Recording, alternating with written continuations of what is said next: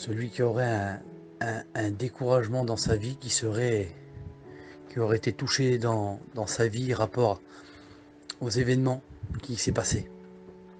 Et puis que cette personne-là ne sait plus comment faire, et ben je lui pose une question à cette personne-là ce matin.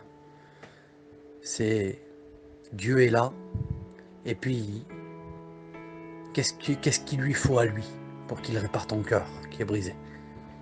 Alors c'est tellement simple, et je vais te le dire. Il lui faut que tu donnes tous les morceaux de ton cœur qui est brisé. Et ensuite, lui, avec tous ces morceaux qui est brisé, eh ben, tu sais, je pourrais dire, c'est comme ce divin potier. Qu'est-ce qui est brisé, il est capable de restaurer. Il est capable de renouveler. Il est capable de reconstruire.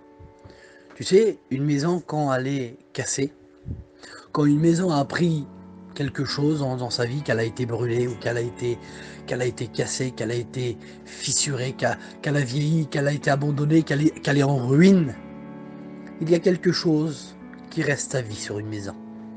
Je pourrais dire même quelques années même. Et bien, c'est les fondations de la maison. Et les fondations, souvent de fois, on ne les voit pas parce que les fondations de la maison sont souvent sur la terre, sous la terre. Donc ça, on ne le voit pas. Et ça, c'est ce qu'on a reçu quand on a écouté le message de Dieu.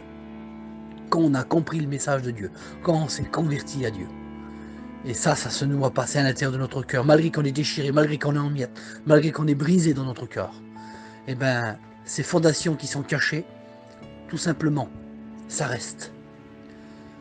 Et puis peut-être Jésus voudrait reconstruire. Ben, sur ta maison qui est déchirée.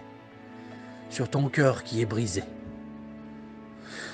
Peut-être tu dis je suis ruiné spirituellement. Eh bien sache que Jésus reconstruit sur les ruines. Il est le restaurateur. Il est le consolateur. Il répare les cœurs qui sont ébréchés. Il répare les vies. Il restaure. Alors c'est pour ça, ce matin, je vous envoie un message un petit peu long, mais c'est pour vous faire comprendre, frères et sœurs, quelle que soit ta situation, quel que soit ton cœur, quelle que soit ta situation, quelle que soit comment est ta vie, tu ne sais plus comment faire, donne tout à Dieu. Et Dieu va faire en sorte que tout se répare. Il est vrai qu'on voudrait tout de suite. Je suis comme ça aussi, frères et sœurs. Quand je demande quelque chose à Dieu, je voudrais qu'il me le donne tout de suite.